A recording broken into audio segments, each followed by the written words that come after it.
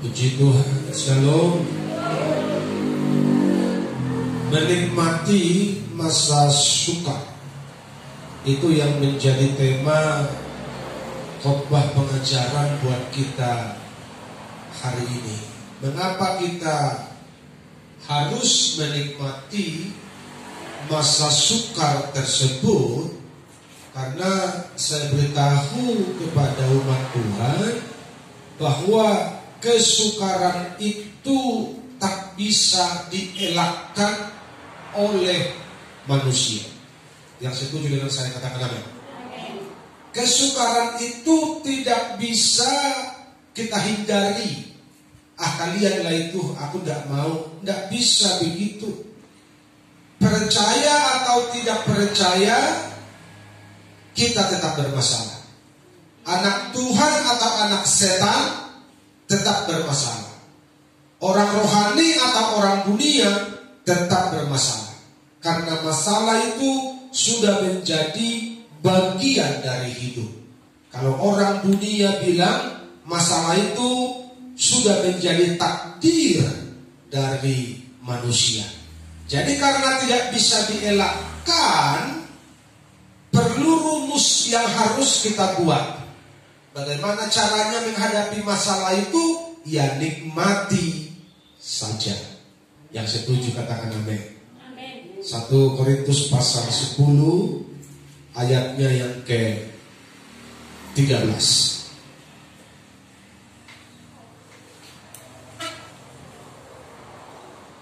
1 Korintus pasal 10 ayat 13. Saya baca buat umat Tuhan.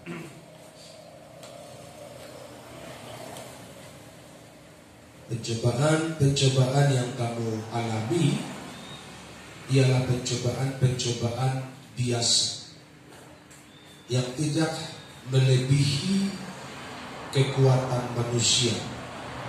Sebab Allah setia, dan karena itu Ia tidak membiarkan kamu dicobai melampaui kekuatanmu.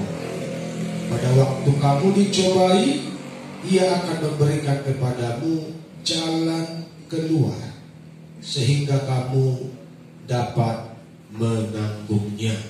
Bersama katakan amin. Paulus menuliskan surat kepada jemaat di Korintus yang berbunyi sangat manis, sangat indah didengar. Tapi kalau kita mau jujur, berat untuk dilakukan. Karena Paulus bilang begini, pencobaan-pencobaan yang kamu alami adalah pencobaan-pencobaan biasa. Dan ini yang menjadi poin bahasan kita di poin yang pertama. Mengapa kita harus menikmati masa sukar itu? Karena poin yang pertama, karena pencobaan itu biasa.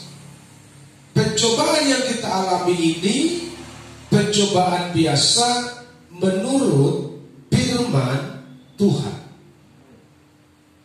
Mengapa orang suka bersungut-sungut? Mengapa orang suka lemah? Bahkan banyak orang meninggalkan Tuhan karena menurut mereka terlalu berat masalah yang kualami. Mengapa sampai mereka berpikir berat kali masalahku? Karena mereka jauh dari Tuhan. Kalau engkau dekat dengan Tuhan, masalah yang berat itu menjadi biasa. Haleluya. Saya ulangi, kalau engkau dekat dengan Tuhan, masalah itu menjadi biasa. Bahkan masalah yang berat menurut orang dunia, bagi kita itu menjadi sebuah masalah biasa. Yang menuliskan surat ini adalah Rasul Paulus. Masalah-masalah yang kamu hadapi adalah masalah biasa. Padahal tahu saudara, masalah yang dialami oleh Paulus itu bukan masalah biasa. Masalah yang dihadapinya masalah yang amat sangat berat. yang manusia pada umumnya tidak sanggup menerima dan menjalaninya. Kenapa? Karena persoalannya terlalu berat. Kalau saudara baca bagaimana riwayat hidup Rasul Paulus, terlalu sakit dialaminya, terlalu pahit apa yang dialaminya dalam melayani pekerjaan Tuhan. Tapi dia selalu berkata, segala perkara dapat kutanggung di dalam Dia yang memberi kekuatan kepadaku. Jadi bukan karena beratnya persoalanmu, tapi persoalannya sekarang engkau dekat sama Tuhan apa tidak? Haleluya. Persekutuanmu dengan Tuhan baik apa tidak? Pengiringanmu kepada Tuhan sungguh-sungguh apa tidak? Ini poinnya. Kalau kita mengerti ini, tidak ada beban, tidak ada pencobaan, tidak ada masalah yang berat buat gereja Tuhan, karena masalahmu sudah ditanggung sama Yesus. Betul apa betul? Di kayu salib Yesus sudah bilang sudah selesai. Haleluya. Tidak ada persoalan yang berat buat gereja Tuhan. Makanya kaum Tuhan hari ini dengar, walaupun mara bahaya ada di luar sana, walaupun kesulitan ekonomi melanda, tapi tersenyumlah karena tidak ada persoalan yang berat bagimu selagi engkau dekat dengan Tuhan. Haleluya. Pencobaan yang kita alami ini pencobaan biasa. Dilanjutkan yang tidak melampaui kekuatan manusia.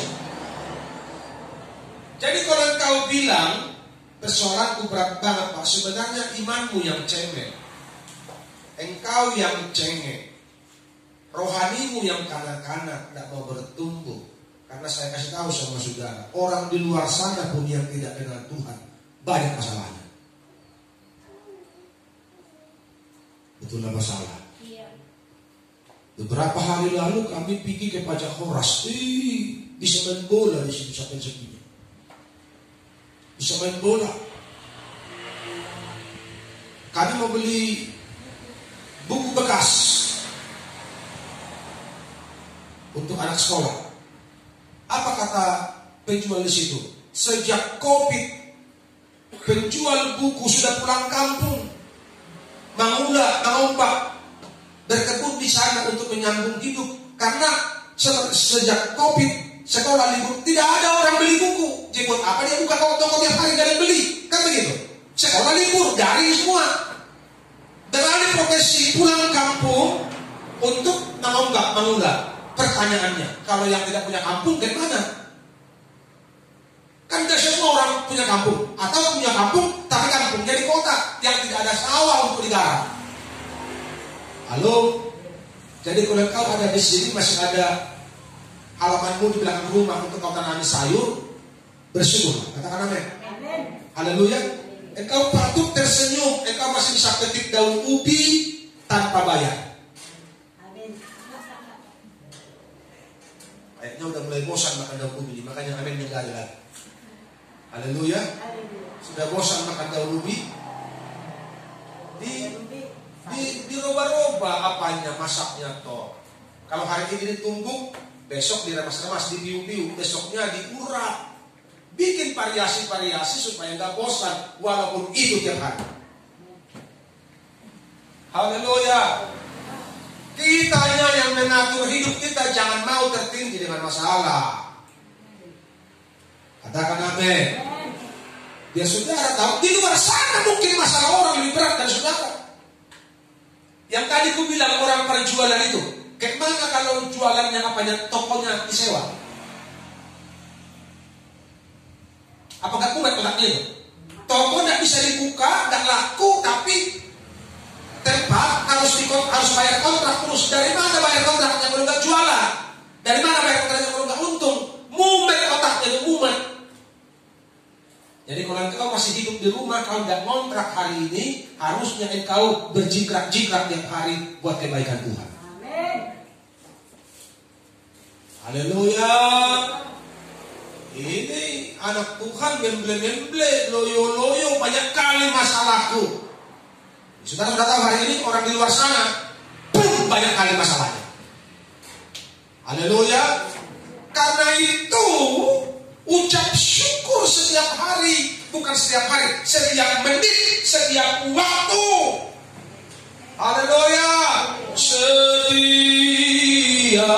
jam ya Tuhan, jika ku perlukan, ku datang juru selamat berkatilah.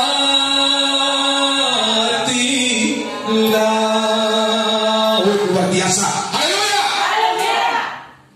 Ini lemas-lemas, ibadah nyanyi lemas-lemas, kayak kurang makan. Padahal Allah kita hebat dan besar. Jangan cuma di lagu saja, nikmati dong kebesaran Tuhan setiap hari. Haleluya. Jadi saudara berarti hari ini bahwa pencobaan itu pencobaan biasa. Haleluya. Masalah itu masalah biasa. Orang di luar sana pun banyak kali masalahnya. Terlepas dari dia cinta Tuhan apa tidak cinta Tuhan, di luar sana pun orang bermasalahnya. Jadi jangan engkau merasa-rasa masalah itu berat-kali otakmu yang tidak bisa kompromi dengan firman. Haleluya. Kalau engkau menyelaraskan pikiranmu dengan kebenaran, engkau tundukkan pikiranmu kepada firman Tuhan, engkau bisa tersenyum walaupun keadaanmu hari ini kurang baik. Haleluya. Ayub pasal 2, ketika datang hambanya melaporkan, Tuhan, kambing domba Tuhan dirampok semua, habis. Domba-domba Tuhan habis, kata yang satu. Yang satu lagi bilang, ladang gandum Tuhan tiba-tiba disambar petir dari langit, kebakar semua, hangus bahan makanan. Datang lagi yang terakhir, Tuhan, anak Tuhan lagi pesta-pesta, tiba-tiba datang badai, rubuh rumah itu, ke-10 anak Tuhan meninggal, hanya aku yang selamat untuk menyampaikan pesan kepada Tuhan. Apa kata Ayub? Dengan telanjang aku lahir, dengan telanjang aku datang ke dunia ini, dan dengan telanjang pula aku akan kembali ke dalamnya. Artinya tidak ada yang bisa membawa kecuali hidupmu yang benar, hidupmu yang berkenan kepada Tuhan. Itu yang kau bawa untuk berjumpa dengan Tuhan. Jadi jangan pernah terlena dengan pesona dunia ini. Jangan pernah terlalu sibuk untuk mencari uang, untuk mencari dunia. Ketika waktu mencari Tuhan seperti sekarang ini, carilah Tuhan. Karena uangmu, hartamu tidak bisa menyelamatkan engkau. Kalau engkau punya uang dan punya harta. Tapi kalau engkau tidak punya uang, engkau tidak punya harta, engkau jauh dari Tuhan, 1000 kali apes hidupmu. Katakan amin. Haleluya. Sibuk cari uang gak dapat. Sibuk cari harta gak dapat. Tapi Tuhan pun jauh, karena engkau tidak cari dia sungguh-sungguh. Mau apa lagi? Apes. Haleluya. Engkau nanti bagaikan tikus yang mati di lumbung, mati kelaparan. Kok bisa Pak? Ya, engkau anak Tuhan, tapi rohmu mati karena engkau tidak menikmati persekutuan dengan Tuhan, karena engkau sengaja menjauhkan diri. Betul apa salah? Makanya aku bilang kayak tikus mati di lumbung. Ibarat anak sulung, anak bungsu, pergi poya-poya. Begitu pulang disambut sama bapaknya, dikasih emas, dikasih jubah yang bagus, pesta pora. Datang anak yang sulung dari ladang, dia dengar bunyi musik, dia panggil hambanya, adik, acara air. Mula adikmu, pulang adikmu, pesta. Kurang ajar. Dia langsung emosi, dia panggil bapaknya. Selama aku tinggal sama bapak, belum pernah ku potong kambing atau domba atau babi atau biang. Tapi sama anakmu itu, mungkin dalam hati bapaknya begini, kan bodohmunya itu, emang pernah aku larang kau potong kambing? Sebenarnya tidak. Pernah kau larang kau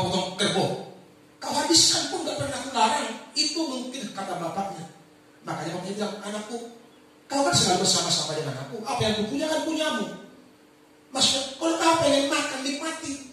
Jadi ada orang-orang yang kelaparan di hadirat Tuhan karena nggak ngerti dan sengaja mengeraskan hati. Saudara ngerti nggak? Belum pernah, kayak gitu kan? Aku dari Kristen, aku Kristen mulai dari kecil, tapi belum pernah aku nikmati jamahan Tuhan. Belum pernah aku rasakan jamahan Tuhan. Dan aku mau ke soal dia doa nama Tuhan nih. Apa dari lahir Kristen? Itulah anak sulung. Haleluya. Belum pernah aku rasa bagaimana juga. Kalau aku sakit berbuat sembuh, belum pernah aku rasa itu. Bagaimana aku harus berjalan, belum pernah aku rasa. Tapi aku dari kecil Kristen. Itulah anak sulung. Dekat dengan Bapa tapi tidak menikmati kerajaan surga di hidupnya. Haleluya. Makanya jangan salah prediksi, jangan salah pikir. Pencobaan-pencobaan yang kau alami itu masih simpel biasa. Yakobus 1 ayat 12 berkata begini, berbahagialah orang. Oh, luar biasa. Nih, berbahagialah orang yang bertahan dalam pencobaan. Bagaimana caranya Pak berbahagia masalah selami? Alkitab yang bilang, bukan saya. You kalau mau diberkati harus nurut, itu aja. Kok susah? Katakan amin. Makanya bagaimana supaya kau bisa berbahagia dalam pencobaan itu? Nikmatilah pencobaan itu. Nikmatilah kesengsaraan itu. Nikmatilah proses Tuhan itu. Supaya kau bisa berbahagia dan menikmati hari demi hari yang kau jalani. Kalau enggak, kau akan gelisah terus. Jiwamu akan panas terus, tidak ada damai. Kenapa? Karena kau tidak bisa bersyukur atas permasalahan yang kau alami. Ada haleluya. Tidak mungkin pencobaan itu melampaui kekuatanmu, tidak mungkin. Jadi jangan pernah bilang begini, tidak kuat dia Tuhan, aku tidak kuat Tuhan. Seperti lagu dunia itu, aku tak sanggup lagi. Tidak ada begitu anak Tuhan. Katakan amin. Engkau pasti sanggup. Dia sanggup, Yesus sanggup melakukan perkara yang besar. Dia sanggup, Yesus sanggup memulihkan yang terluka, menyembuhkan yang menderita. Dia sanggup memulihkan hidupku. Berikan kemuliaan bagi Tuhan Yesus.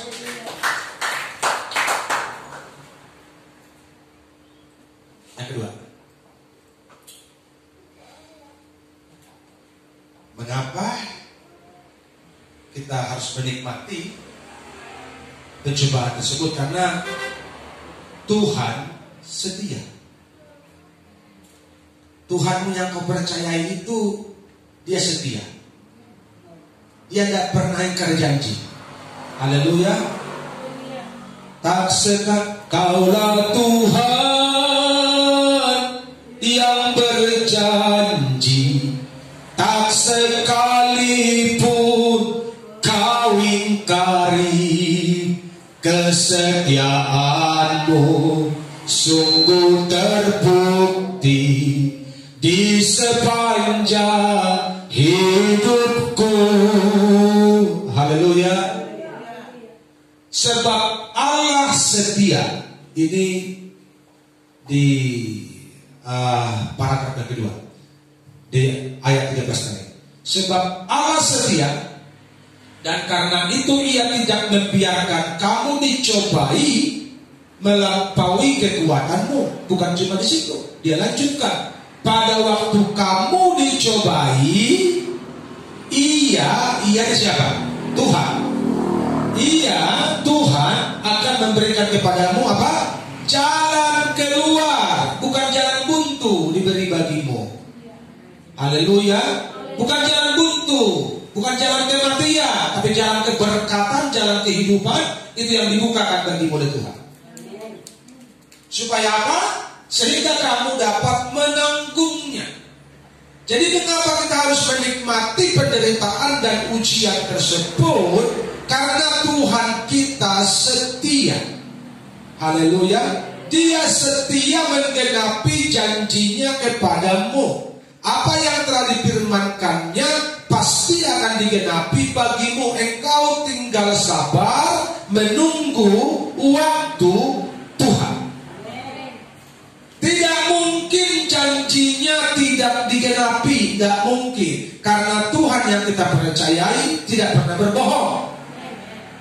Dia bukan manusia sehingga dia berdusta. Dia Tuhan yang ajaib, dia Tuhan yang baik, dia Tuhan yang konsisten. Sehingga apa yang dijanjikannya, dia pasti digenapi. Kalau dia berkata, aku memberkati engkau, engkau pasti diberkati. Jangan bilang, tapi Pak, tempat kami jauh. Tempat kami gersang. Kami hanya petani, kami hanya buruh kasar. Tidak ada kamus begitu di hadapan Tuhan. Kalau Tuhan bilang aku memberkati engkau, dia pasti berkati engkau dengan cara ajaib Tuhan. Tuhan tidak kekurangan cara untuk memberkati anaknya. Tuhan tidak kekurangan cara untuk menolong engkau. Yang penting engkau setia. Haleluya. Setia ngapain? Setia ikut Tuhan. Setia beribadah. Setia merenungkan firman Tuhan siang dan malam. Setia melayani Tuhan. Setia bersaksi kepada tetanggamu, kepada teman sekampungmu, beritahukan kepada mereka tentang kebaikan Tuhan. Setia mengajak orang untuk datang beribadah ke gereja. Itu bagian dari pelayanan pengabdianmu kepada Tuhan. Katakan amin. Makanya supaya engkau mudah mengajak orang ke gereja, hidupmu jangan menjadi batu sandungan di luar sana. Haleluya. Karena kalau hidupmu tidak menjadi berkat, engkau teriak-teriak mengajak orang, orang tidak akan pernah tertarik kalau mereka melihat cara hidupmu yang salah.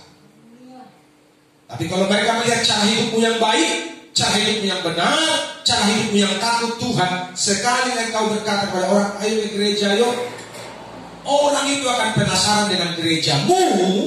Karena orang itu melihat cara hidupmu yang baik. Tapi kalau cara hidupmu jelek, mereka bertanya begini, di dia lu gereja ini, di mana gerejanya itu? Kok hidupnya jelek kali ya? Siapa lagi yang salah? Gembala lagi yang salah. Lu diajarkan pendeta ini. Apa yang dia diajarkan pendeta sama dia itu? Kok jelek kali hidupnya? Setelah aku disalahkan, Tuhan adalah disalahkan. Cemara semua. Hanya karena kehidupan gerejanya, kehidupan anaknya tidak mencerminkan anak Tuhan.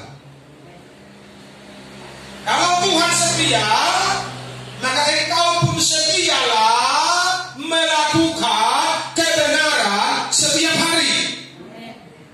Jangan menyakiti hati Tuhan dengan perilakumu yang menyimpang dari kebenaran.